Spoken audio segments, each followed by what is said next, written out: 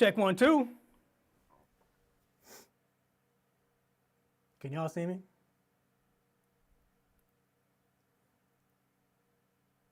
Hey, what's going on, man?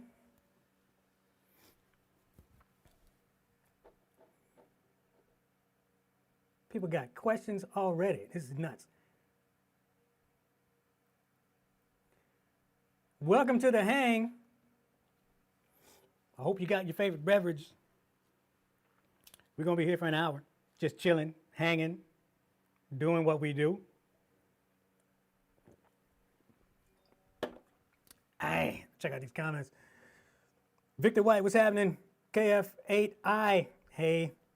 J.P. Spooner, what's going on? Dream Black. Yo, yo. Brian Wood, 73. Yeah, it's been a while, man. It's been a while. But I think I'm fully hooked up. I think I can start doing these more often, but before I put my foot in my mouth, I'm going to just hush on that. But we got this one, and we're going to do this one today. 666 is for you. Thanks, man. Thanks for watching. This is going to look a little weird because I'm kind of, the camera's here, but I got to look here because these are what the comments are. So I'm not ignoring you. I'm just trying to keep up. You know what I'm saying?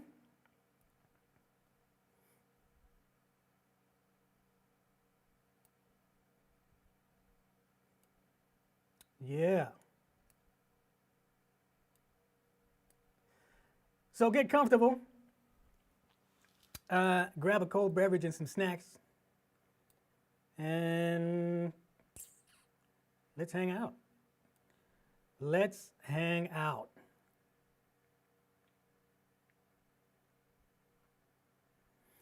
Today, I'm actually here representing RobBrownCoaching.com. This is a new thing that I introduced earlier in the year. And I do these 1-hour coaching sessions from right here in my room. And it's just like this, except it's just me and you, one-on-one for 1 hour. So I'm going to be doing a lot more of those in the new year. But just in case you didn't know, I'm doing those now. There you go, RobBrownCoaching.com. Check out the website. There's no calendar up yet. I did my last crop of sessions. I just finished it, actually, like a week ago. And I'm probably going to be picking them back up with a new schedule February-ish, March-ish. Keep an eye out for that.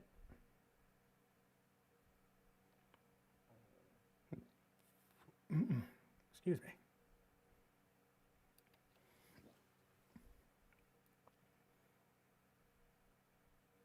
Why is my voice so high? Is it? I don't know. Sounds normal to me. Somebody needs to let me know, man. That might be a digital thing.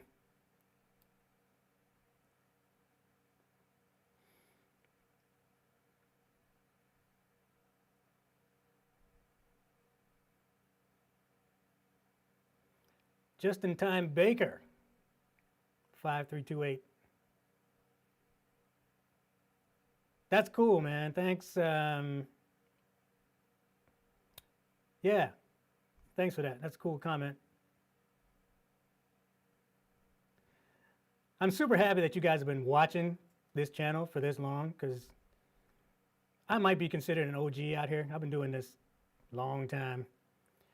And people are still tuning in, man. It's that's all right. J.P. Spooner, what's up, man? David Hall, 441, good afternoon. Yeah, I don't know what this is funky.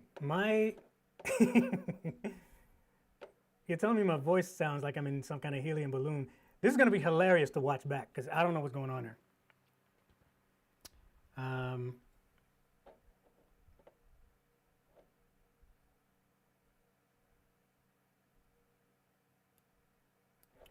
Let me check some settings here.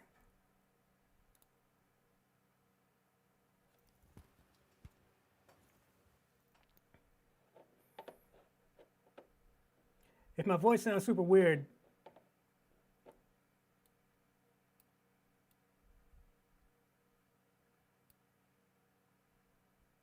it's like your voice is auto-tuned pitched up. That's wild, man. Let me, you know what? Let me try this. Give me a second.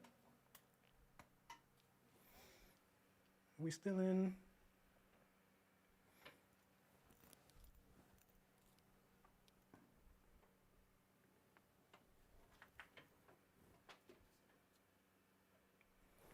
Don't go making no doggone funny videos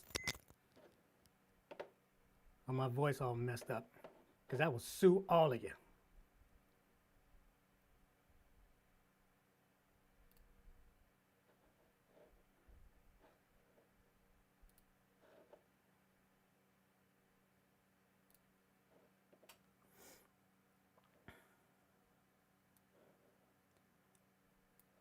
What channel is that in? Channel 12. Let's mute you.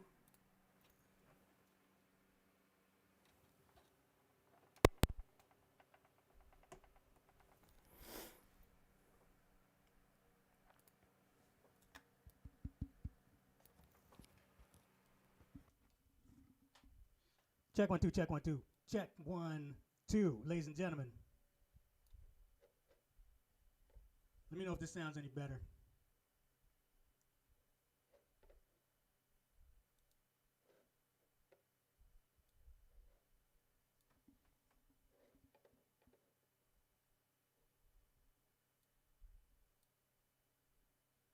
Very quiet sound. Same thing, eh?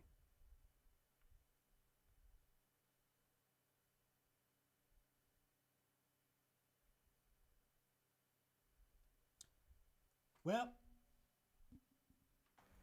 you know what? We're just going to have to deal with it. I'm going to mute this.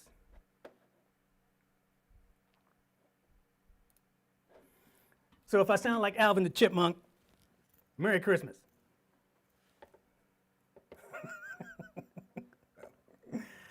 Where are we at? Let me get that out of there.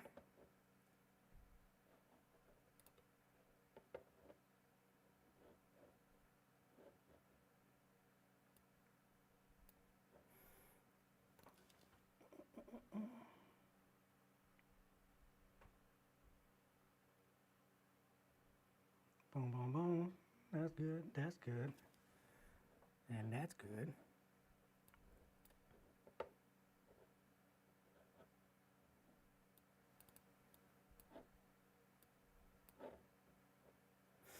Okay.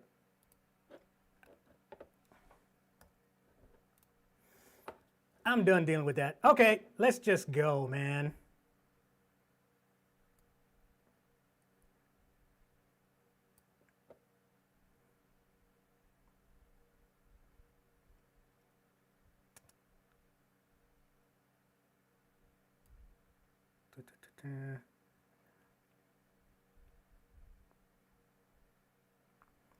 Terry, BKC. Thanks, man. You know what? I'm just gonna go with what you're saying. As long as you can hear me, that's good. And then next time we do this, I'll figure it out. More gain. Figured out how to do it. Let's see if I can do that.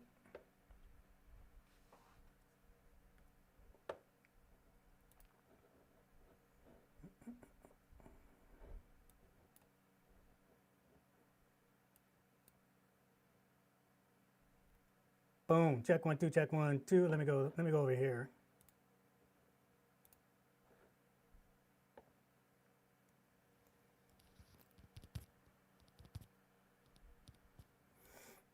And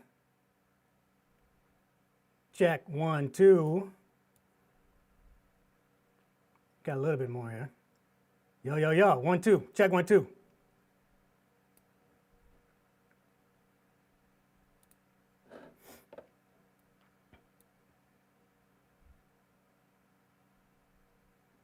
Sounds great, Alvin. Shut up. Screw you, bat with glasses. I'm just kidding. All right. Listen, man, I got so much doggone technology happening down here. I might just have to be thankful I got this.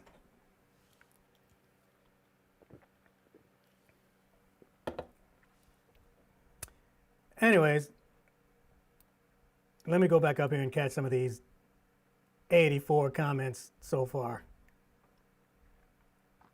And I got to start answering some questions, man.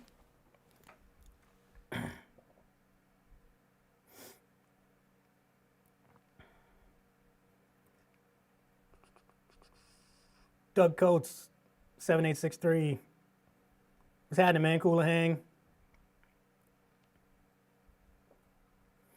JP Spooner, what's my opinion on the Mapex Saturn kits? They're nice kits.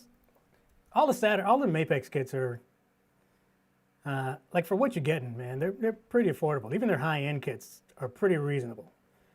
And yeah, you know, they got good hardware and all that kind of stuff. I think they're associated with, or maybe before I say it, I thought they were associated with Tama somehow. I don't know, I might be wrong on that, but yeah, anyways, the Mapex stuff is good stuff.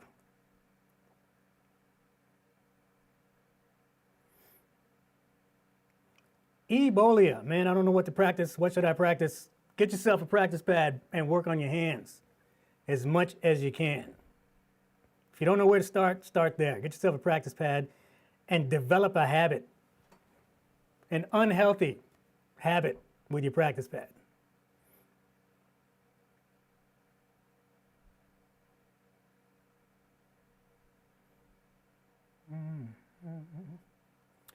Who else is here?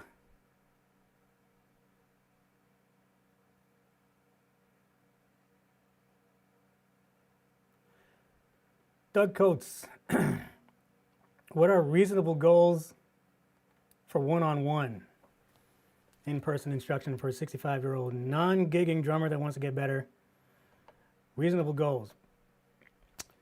Reasonable goals for anyone is just like functional technique, okay? Don't spend too much time. I mean, you're 65, so you probably don't watch all these youngins anyway, but, you know, drumming has become pretty athletic over the last few years or so. Don't worry about all that stuff, man. Keep it back to the basics. You know what I'm saying? Like if you can hold down a real nice groove,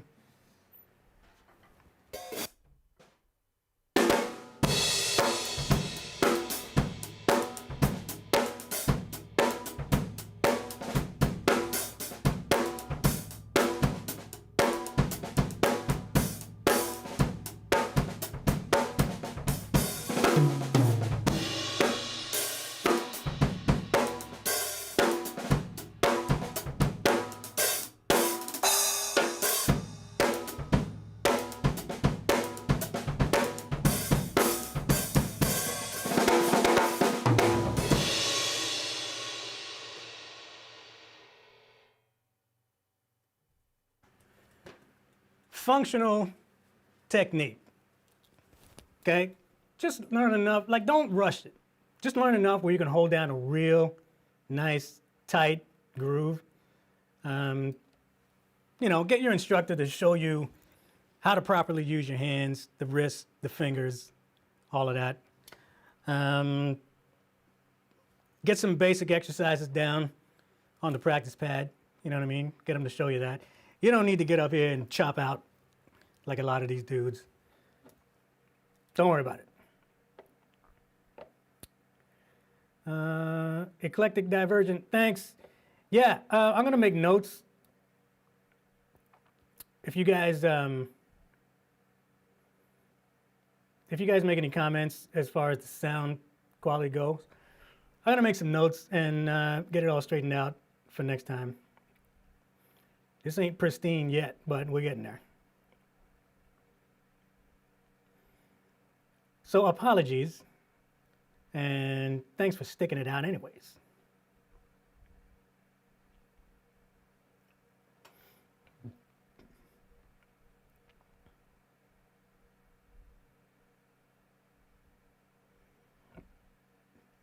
David Hall 441, have you ever tried to tune UT stock heads on a stage custom birch? Yeah, I mean, you can always get a decent sound out of stock heads on any kit. I mean, for the most part, they're made by DRUMEO anyway, either DRUMEO or Evans. So, you know, it's generally like when you pull it out of the box, it's probably just going to be like a clear ambassador or something. And you can get them to sound decent. You know, the shells are in good shape. So as long as you know how to tune, yeah.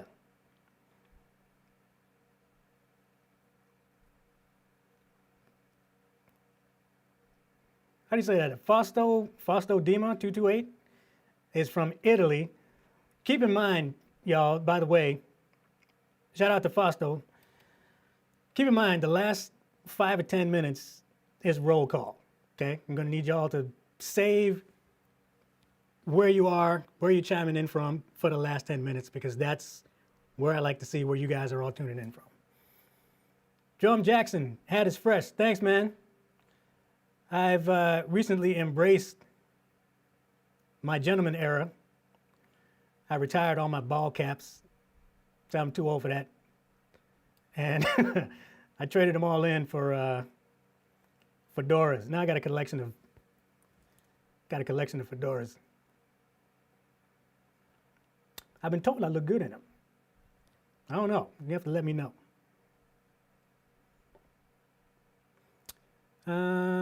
Who else is here, man? So far, I'm counting 106 comments, and it's 20 after. That's wild. Let's see if we can hit 200 by the time we leave here.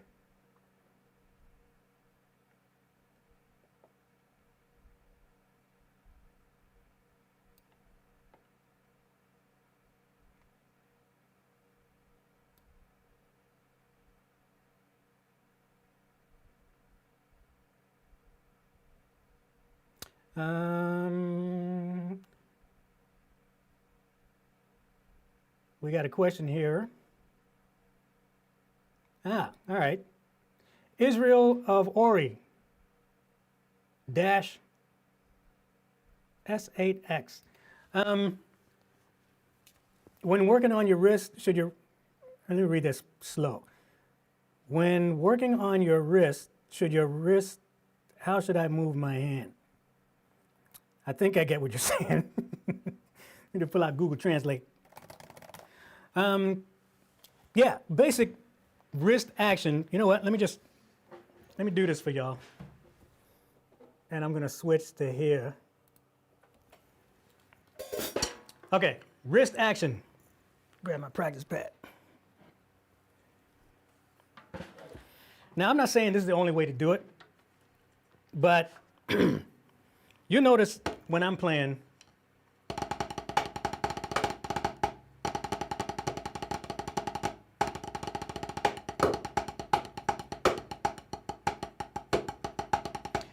my wrists are pretty loose, and I've sort of adapted to this German grip thing where these days my palms are really almost parallel to the floor, even more than I used to. I used to be more of like an American grip type of thing. So it wasn't, you know, palms out or palms down, really. It was kind of somewhere in the middle. But these days, I'm almost like fully palms down. And I also changed my grip too. Here's the camera. I also changed my grip after watching some recent videos of Vinny in particular. But yeah, I'm really kind of like, you know, I was always all about all fingers touching the stick, but now even more so. Like I'm almost gripping this thing like a tennis racket type of thing. It's still plenty loose, but I found that my control around the drums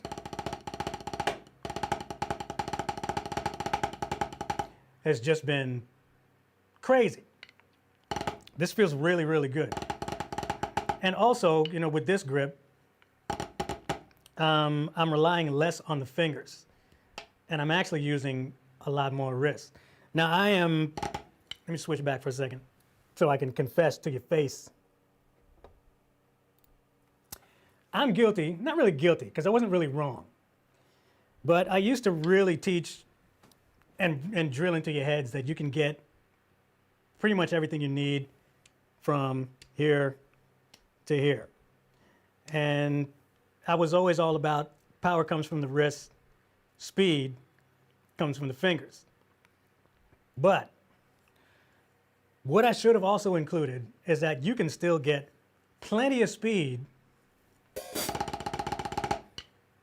with the wrist. So it doesn't always have to be with the fingers. So over the last couple of years, I've actually been relying a little bit more on the wrist and actually working on getting my speed up from here.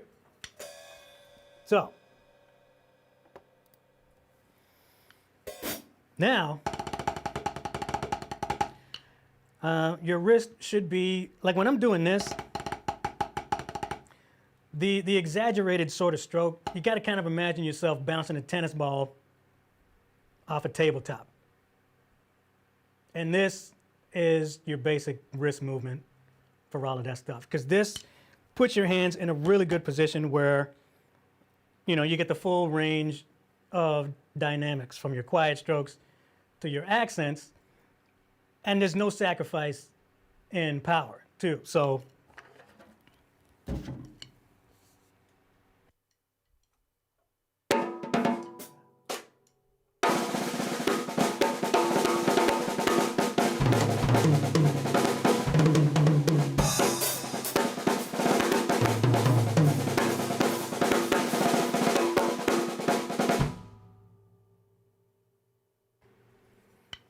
you see what I'm saying? So I'm just kind of sitting here. I'm fully relaxed.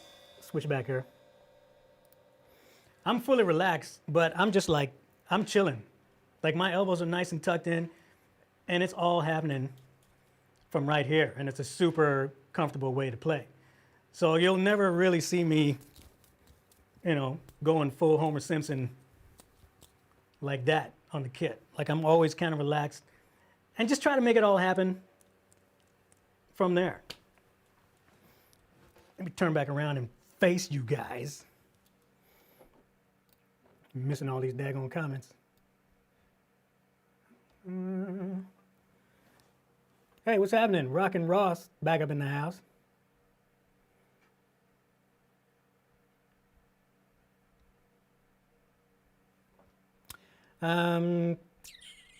What are your favorite hi-hats?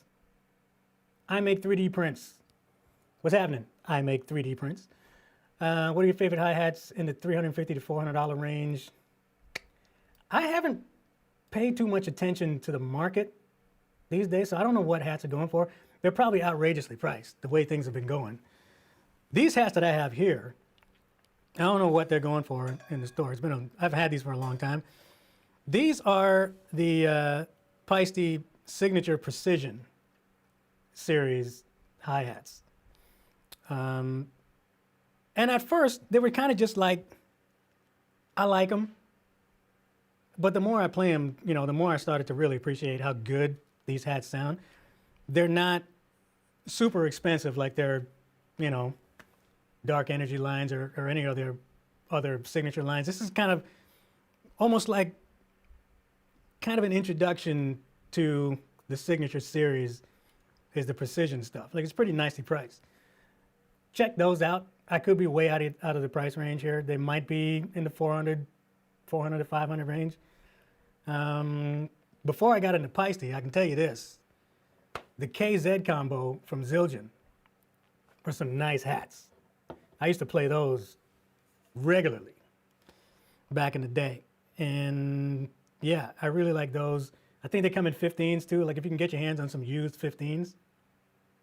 I'm all about 15-inch hats. These are 14s, but I gig with 15s. You can't beat them as far as I'm concerned. Speaking of which,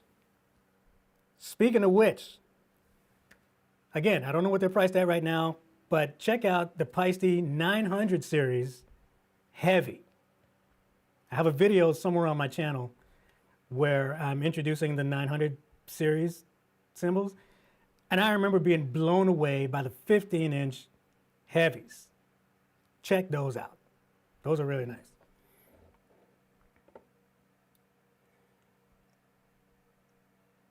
Zavy Breath from Mexico. What's happening, man?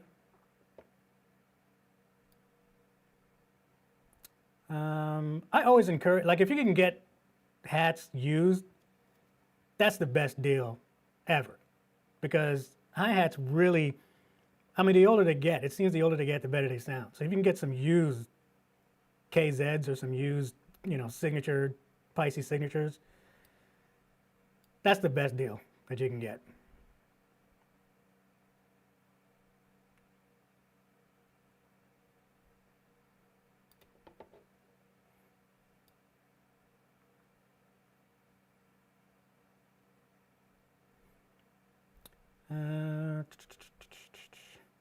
Bat with Glasses just wants to know about spring tension on the pedal.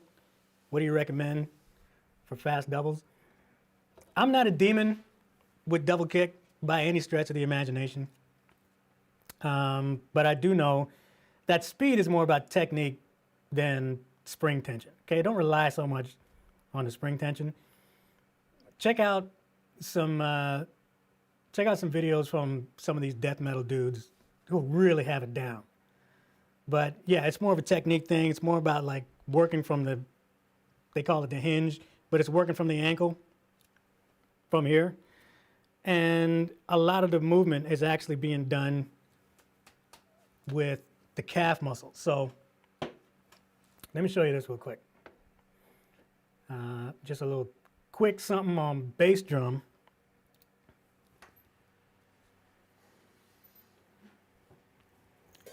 If you can see where my foot is here, okay? When we're talking about speed on the kick,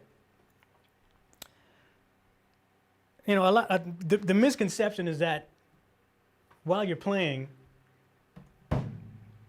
the whole motion is all about like, you know, pressing down with the ball of your foot as fast as you can. But actually, you know, after watching a video, and I wish I could credit this person, I don't know their name, but it's a really, really good video. They were talking more about working from here, okay? So instead of imagining pushing forward, it's more about this movement here. So it's like your calf becomes a piston, and they're actually working from the heel, and the motion is actually an up-down thing with the calf. When you do that, it pushes the ball of your foot forward.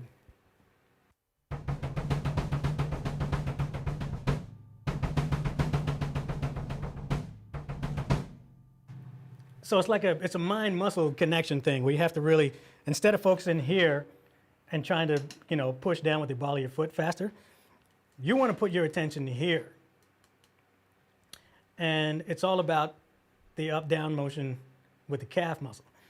With doubles, I would assume, you know, I'm not an expert on it, but with the doubles, I'm thinking,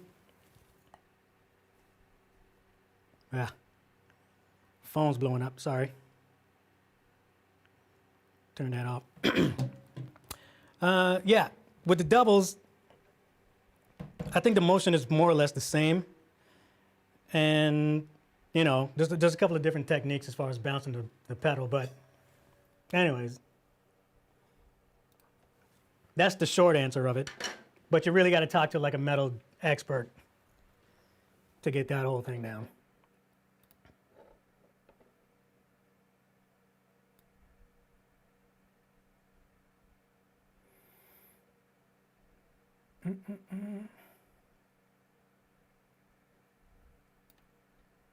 Who else is here?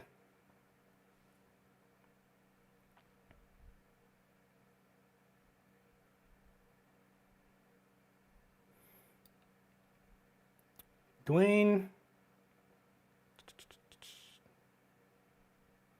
Yeah, Dwayne wants to know, do you have any tips to protect your back while drumming? Paul Belisario, thanks, man. You can get a seat with a back on it.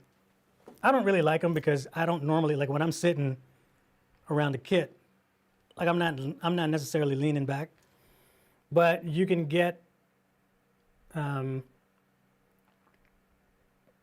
drum thrones that help you with your posture so that you're sitting in such a way that, you know, there's not a ton of stress on your back.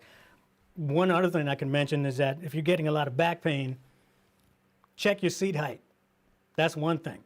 Okay, there's a good chance that you might be sitting too low if you're getting a lot of back pain while you're playing. If you just kind of raise it up a couple of inches so that your thighs are kind of slanting a little downward more, that should help. I'm not a doctor, but that could help you out.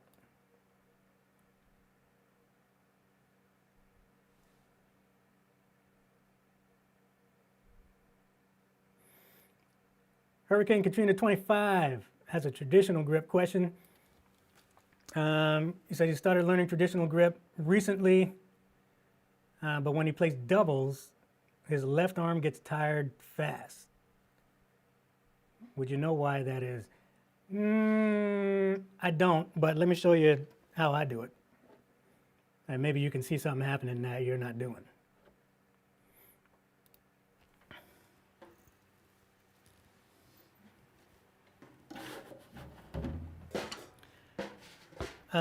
So when I'm playing doubles with traditional grip,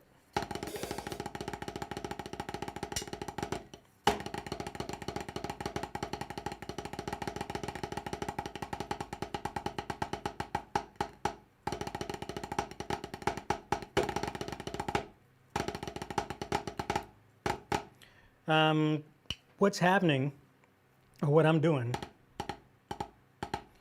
is first of all, a lot of it is happening right in here, okay?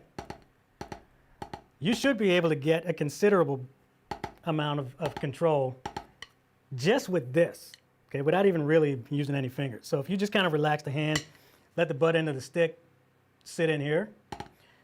And when I'm playing doubles, for the most part, I'm almost kind of playing from the elbow. And I'm just kind of, if you watch my forearm here,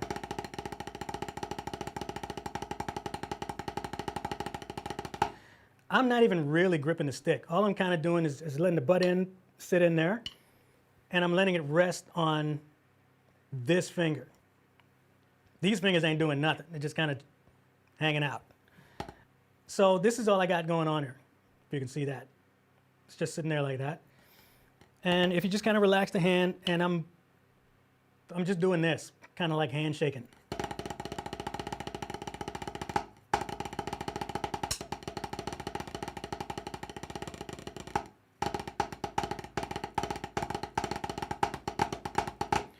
And then I'm just kind of curling my finger over to get a little bit more control. My index finger kind of acts like a ceiling, I guess, a little bit for the stick. So although I can do this like that, once I curl the index finger over, you know, I get a little bit more control.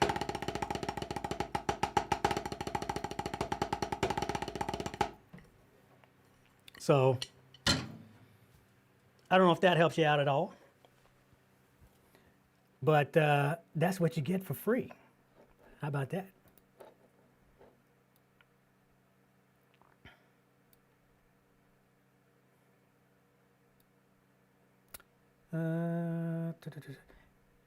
Yeah, 1A key makes a good point. There's going back to that back pain thing with the throne,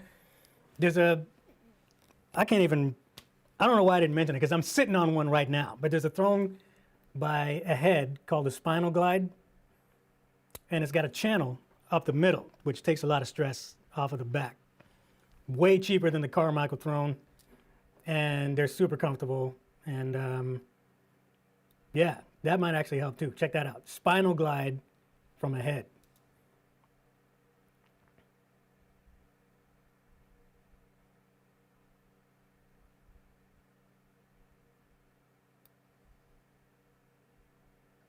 Holy, man, Clay Foster. Shout out to Clay Foster, man. Thanks for that giant super chat. Yeah, much appreciated, man. Thanks a lot. How do you start bottom triplets?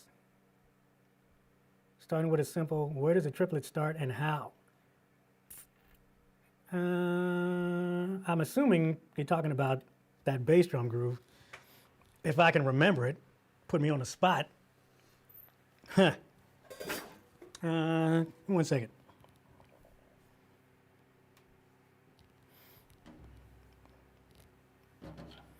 Let me just play it, or something like it, I don't know, and see if this helps you out at all. I'm going to turn this down a little bit because I don't want nothing clipping for y'all. Okay, let me try this.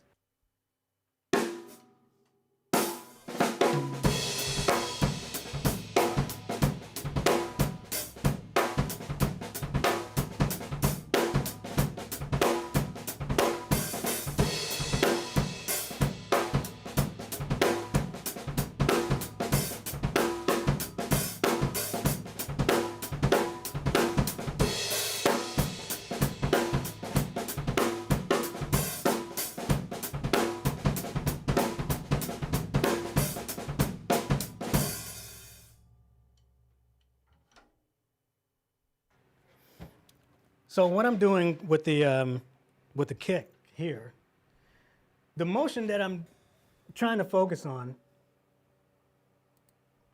to get those triplets happening, first of all, we'll talk about the technical side of it.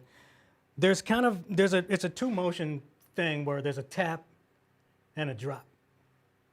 So that's how I get the triplet thing happening. So I'm not doing the, any kind of slide technique or heel toe or anything like that. It's just a tap and a drop. So I tap the first note, and to get the second out, I'm just dropping the heel of my foot to get the whole double out. So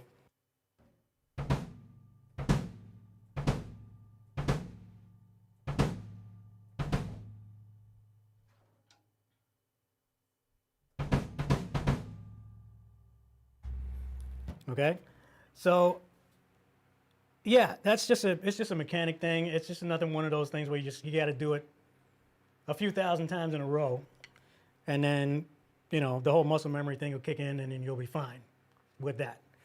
So yeah, tap, drop. As far as where it starts, geez, I don't know. I mean, you can, however you want to count it.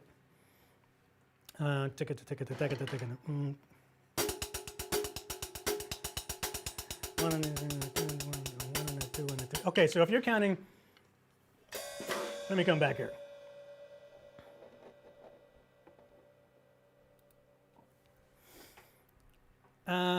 If you're counting, I don't even know how you would freaking count that. 1, 2, to take it to 3, to take it to 4, to take it to 1 and a 2 and a 3 and a 2 and a 3 and a 2 and a 4 and a, however you want to do it. But the first note lands, I guess it would be a 16th note before the downbeat. So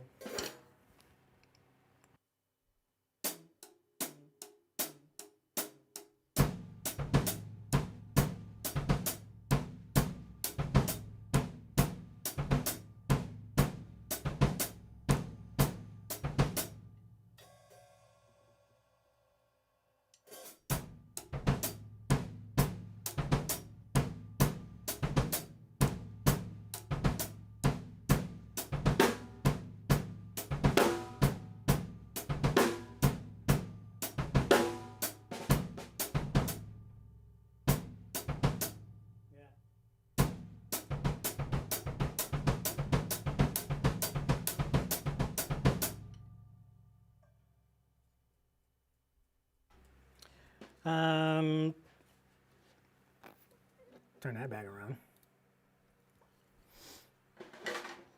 If you like to count 1 triplet, 2 triplet, 3 triplet, whatever, like how you want to count those triplets, your first note lands on the trip. I don't even know if that's what you're talking about. Oh! He's talking about something else.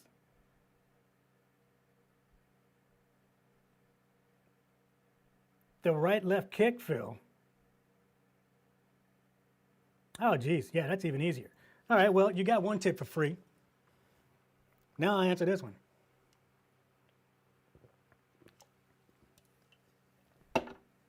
The right-left kick is just, that's exactly what it is. Like the right-left kick, one triplet, right-left kick, right? So, let me turn on this click.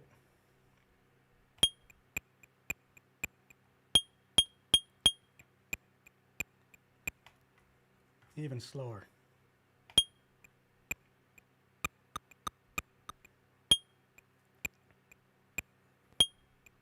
Actually, you know what? Let me do 120. But yeah, that's all it is, man. Right left kick is just like you're literally playing how you're counting it. So one triplet, two triplet, three, and then a 10, and a 1, and a 2, and a 3, and a 4, and a.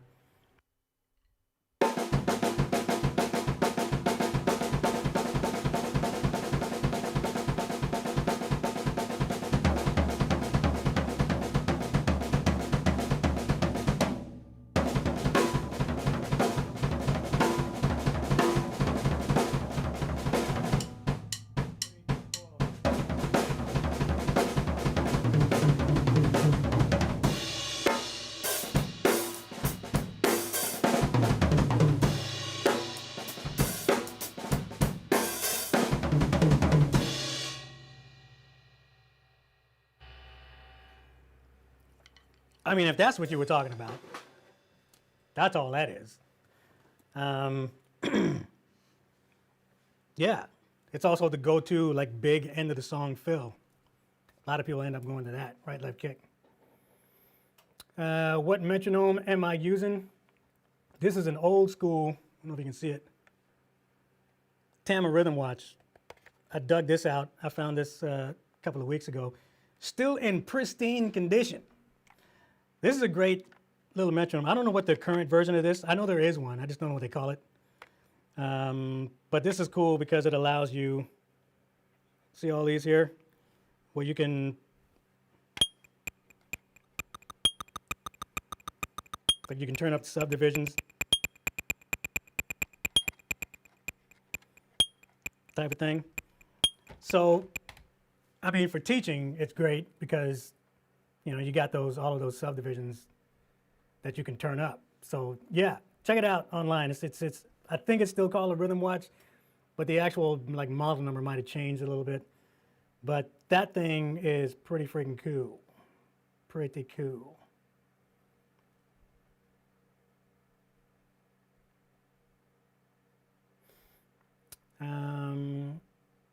Adam Baobeng, is that your name? 3326. How do I stop feeling nervous when playing in church? Even though I always get the job done every week. Anything having to do with nerves is a confidence thing, really. You know, a lot of that comes down to confidence. Like the more confident you are when you get up there, the less nervous you'll most likely get. I mean, everybody gets the butterflies before they hit the stage, but normally by the second or third song, you know, you're good to go. But if you're really kind of like, if you got the mad jitters, I don't know. I mean, there's two, when you get nervous, there's two different things that might contribute to it. I mean, the first thing is the confidence thing. If you're, the more confident you are about your drumming, the less nervous you're going to be about that. Okay? You're either going to be more nervous about overthinking what it is that you're going to play when you get up there and making sure you get this right and get this right and you nail this the way you practiced it and all that kind of stuff. And then the other just has to do with just general nerves, like getting up in front of a whole bunch of people gets everybody nervous. People that have been doing it 20-some years still get the jitters when they get on stage. So one has to do with, you know, the environment, and the other has to do with whatever pressure you're putting on yourself to get everything right.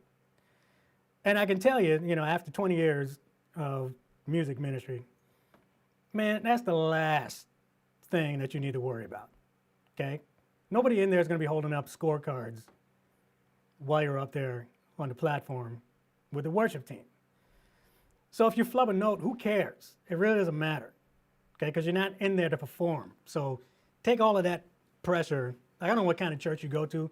If it's one of these big rock star churches where you got lighting rigs and smoke machines and all that thing, then you might feel a little bit more pressure in those situations. But if it's just a average sized church, you're getting up there playing the same 4 or 5 songs, just take all of that pressure away from yourself. And O-Dog just mentioned controlling your breathing. That really works. Let me show you a little tip, a little anxiety tip that you can try. You can get these whistles on, I don't know if they're shaped like whistles, but they're made to calm your nerves for people with anxiety. You can get these whistles on Amazon that has a tiny little hole at the end of it, right? So the whole idea, when you blow through this thing, because the hole is so small, it takes you a long time to exhale, right? So it just helps you kind of slow your breathing down. You don't need a whistle to do that. You can do that just by taking in a deep breath and making the smallest hole with your lips that you can, and then just exhale. Just like that. Just make a really tiny hole with your lips. It'll take you 40 seconds to exhale, like if you really take your time with it. That kind of slows your heart rate and gets everything sort of nice and settled where it should be. If you're hyperventilating and stuff and you just need to control your breathing, try that. Just make a tiny, tiny hole with your lips and then just exhale through it. And you'll get a nice long, don't rush it, just a super long, steady exhale. Doing that a couple of times might help. Or, if you need a Linus blanket, you can get the whistle, wear it around your neck, blow through that a couple of times. But again, it's either going to be because of the environment or because, you're just nervous about all the songs you practiced over the last week, and you're just concerned with nailing all of it. Don't worry about all that, okay? Especially when you're in church, that's not the environment that you need to be nervous in, because you're not in there to impress anybody. You're not in there to perform. Everybody knows you want to do a good job. Don't worry about it.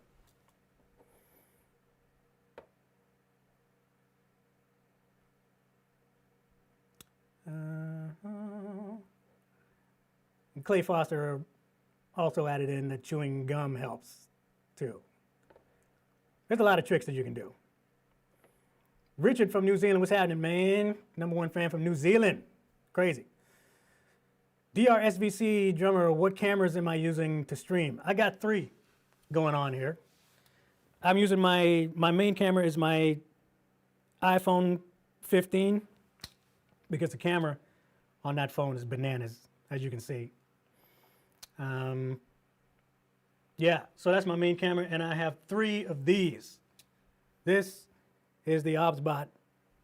Look at this free advertisement for these people. This is the OBSBot Tail Air, and I got 3 of these. So one of them is pointing at my snare, like this, and then I got one on the floor with my bass drum. The OBSBot stuff's cool because it comes with this remote.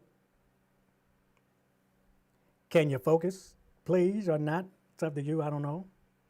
But yeah, it comes with this cool remote, so, you can zoom, reposition, it's got memory settings, all that kind of stuff. But yeah, those are my cameras. iPhone 15, 2 OBSBot tail airs.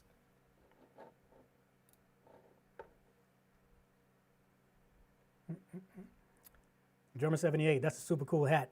Second compliment on the fedora. Get used to these, man, because I got a collection and I'm going to keep wearing them.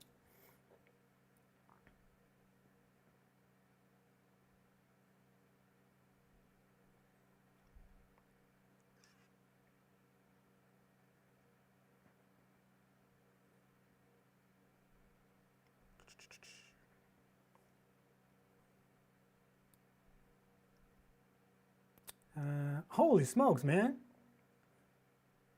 It's 5-4. That's wild. We'll go a little bit over because it's been a while since we did these.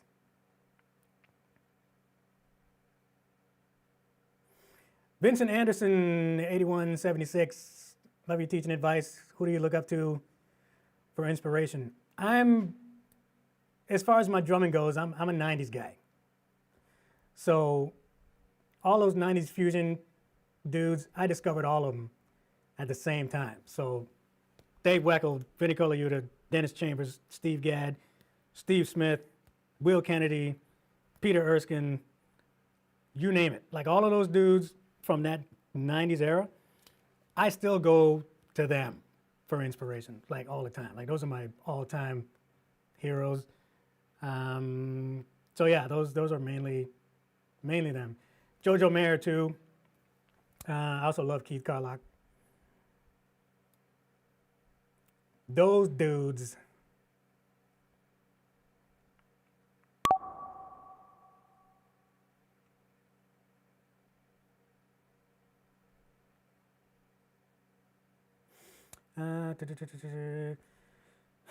Keeping time. What's my favorite cymbal setup? I have a video that I did a couple weeks ago showing you exactly what it is. Briefly, I can tell you, if I can remember it, my gigging setup is my favorite setup right now. 15-inch signature dark energy hats. I have a 19-inch Masters extra thin here. 10-inch dark energy splash in the middle. Here, the ride that I use on stage is a 20-inch 20-inch signature traditionals light. I had to remember that. Yeah, 20-inch traditionals light. Sitting up here above this, I'll have either a 17 or a 19, depends on how I'm feeling, but it'll be a 17 or a 19 dark energy crash. I got the 18 here, actually. And then at the very end, it'll either be this, Masters Thin, 22, or my 22 Swish. So it depends on the size of the room. Those two cymbals have a ton of horsepower, and they take up a lot of frequency space, so I can't take them anywhere. But, you know, depending on where we're playing, it'll be one of those two.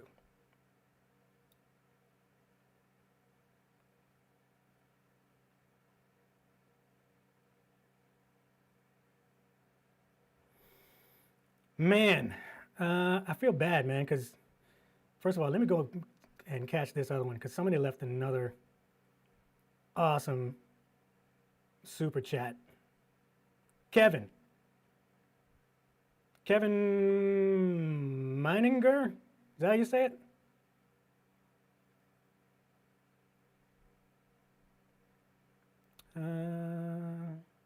Yeah, Kevin.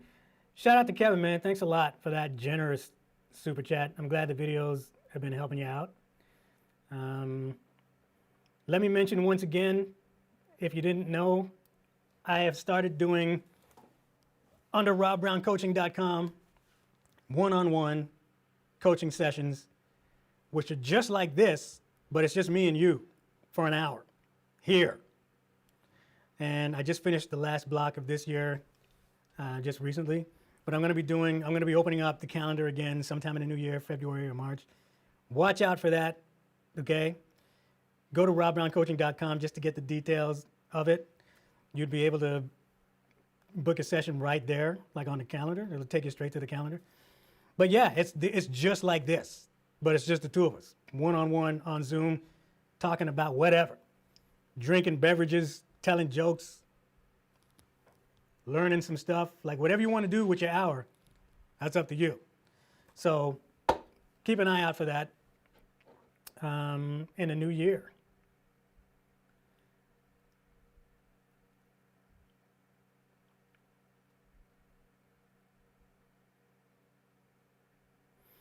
GeoPower 5077, advice for a great crash ride cymbal for minimum setup.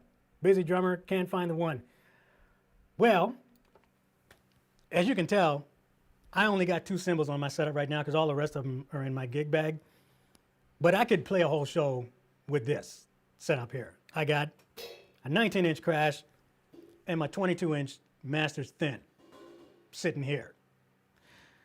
My advice is to find a really nice 22-inch cymbal.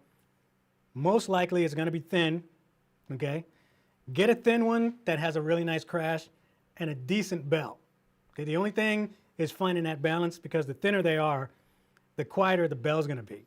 So if you're the type that plays your bell a lot, that might be a thing. If you don't use it at all, just get a nice big, thin 22-inch cymbal that you can just sort of hit on the edge, and it just opens up like the ocean. If it makes you smile every time you hit it, that's the right cymbal. But yeah, just get 2 big, thin, washy cymbals. Those 2 will do all of the jobs for you. And then you only need those 2 and a set of hats, and you can play any gig you want with them.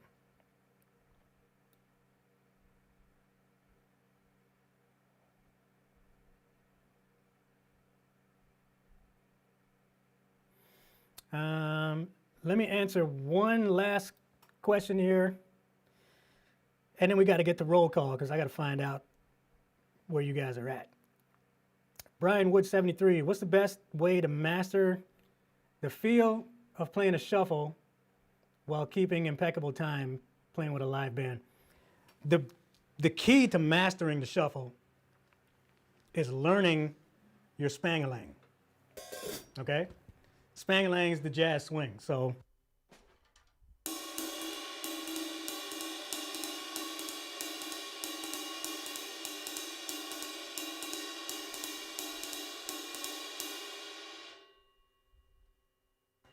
the jazz swing is basically the rhythmic foundation for anything that swings, okay? So whatever kind of shuffle you're playing, Texas shuffle, blues, whatever, Rosanna, whatever.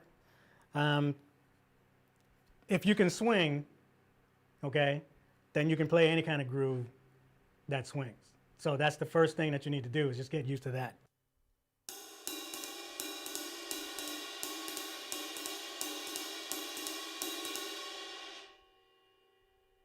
Okay, because your feel comes from there. So if you want to just like, if you're playing like a Texas type of thing,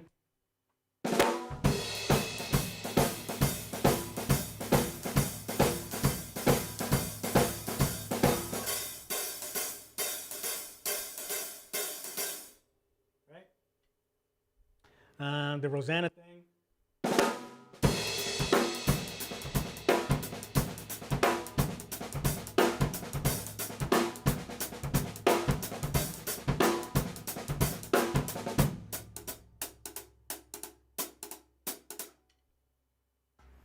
You get the point, right? So it all starts from there. So tighten up your Spangalang. You'll be good to go. All right, man, we got to get the roll call because I got to get up out of here. All of these super chats, very much appreciated. Thanks for being so generous. Next time we do this, I'll get this sound thing straightened out, but you stuck it out anyway, and we have reached 205 comments. Fan-friggin-tastic, man. It's a nice way to come back with these live sessions. So, okay, here we go. I'm going to count to 3. By the time I hit 1, I want everybody to type in where they're from. All right? Here we go. 1, 2, 3. Hit it. Let me see them. Where you from?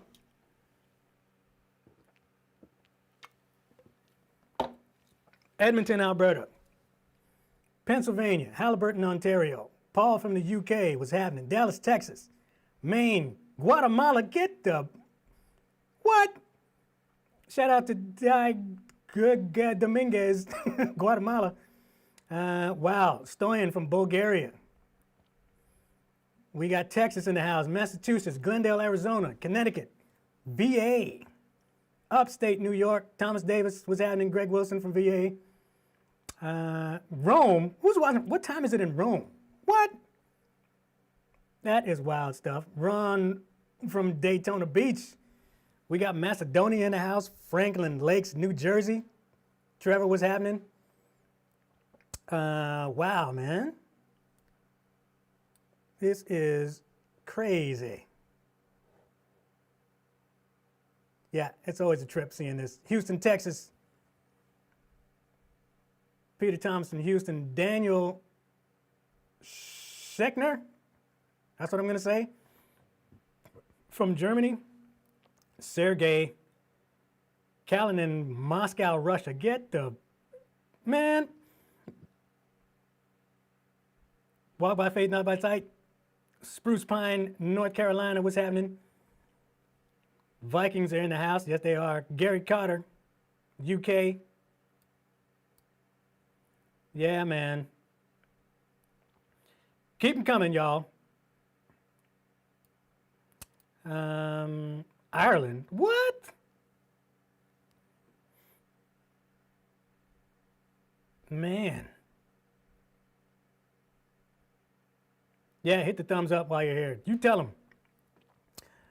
Where did I get the 45 around the neck? I had this, there's a place close to where I'm at that makes these. Like, she makes this like custom jewelry for musicians and stuff. And I had to get one of these. Rick Hemphill, Southern Texas. Worldwide, man. Don't ever let anyone say that we're not worldwide here. Anyways, guys and gals, thanks for tuning in. This just friggin' flew by. Flew by. Yeah, thanks for sticking around. Next time I will do a sound check. Make sure all this stuff sounds good as well, because I know I look good. Yeah. This was cool, man. This was a lot of fun, and we will be doing this again. I mentioned that before in previous ones, but technology always got in the way. There was always an issue with either the software or the tech or all that kind of stuff. Now we got it for the most part dialed in. I just got to get this whole, mic thing set. It's probably just a gain thing somewhere in the chain. So we'll get that straightened out. But, if it sounded good enough for y'all, I'm happy about that. So, I'm not going to see y'all. Well, you'll see me because I got a couple more videos to come out. But I won't be seeing you guys until the new year. So I'm just going to hit you with a Merry Christmas and a Happy New Year and all that stuff. Keep it positive. And yeah, all of that. Peace to all y'all. Cheers. I'm going to end this broadcast. Go ahead and rewatch it later on if you feel like it. Merry Christmas, Happy New Year. Keep practicing. And yeah, we'll see you at the next one. Peace.